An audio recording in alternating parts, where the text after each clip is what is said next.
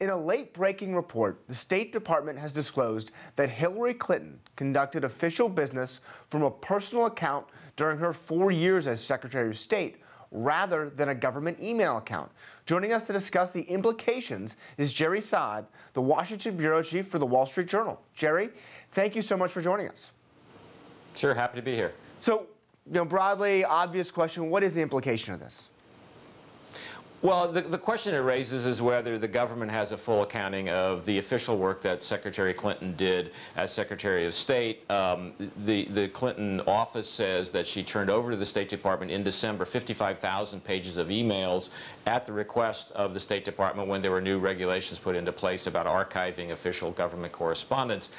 The real political implications of this probably lie in the Benghazi investigation that Republicans in Congress are continuing to pursue, which is to say they've asked for emails that pertain to the incident in Benghazi when a U.S. diplomatic outpost was attacked, when the U.S. ambassador and some others were killed. They've gotten 300 pages of emails that are related to that Benghazi incident. The question people in Congress will want to know, and the one that will have the most political impact, I suspect, is how do we know that we got all of the correspondence relating to this incident that we're investigating? Interesting. Before we go any further, we should definitely take a peek at what Ms. Clinton has said this morning. We're going to read a statement she gave earlier today. Like secretaries of state before her, she used her own email account when engaging with any department officials. For government business, she emailed them on their department accounts with every expectation they would be retained. When the department asked former secretaries last year for help ensuring their emails were in fact retained, we immediately said yes. I said that is from Clinton spokesman Nick Merrill this morning. Do you think that statement is in line with what you'd expect her to say? Well, yeah, I think so, and that's what the State Department was essentially saying last night when this story first broke. I think the problem is going to be that there are right now more questions than answers. Was this a clearly acceptable practice, or was it sort of out of the bounds of what other government officials were doing?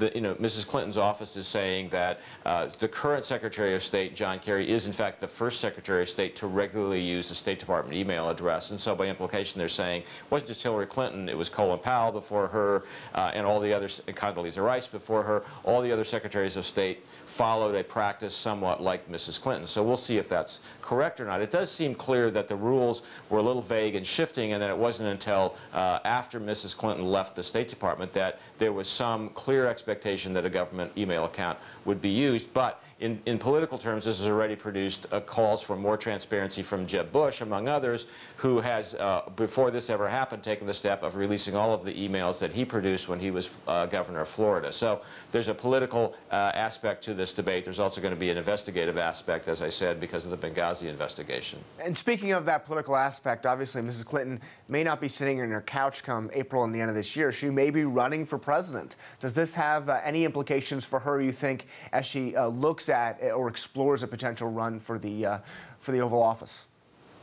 Well, sure. I mean, there's going to be a substantive question, about whether there's a clear record of what she did as Secretary of State, because her record as Secretary of State is going to be a big part of the campaign debate, assuming she does run. There is also this transparency question, which is one of the ones Republicans are going to raise and will repeatedly raise. That will be a way for them to sort of cast aspersions on the Clinton record, and by that I mean both hers and his, about whether they have come clean on various things. That's going to be in the background of any campaign.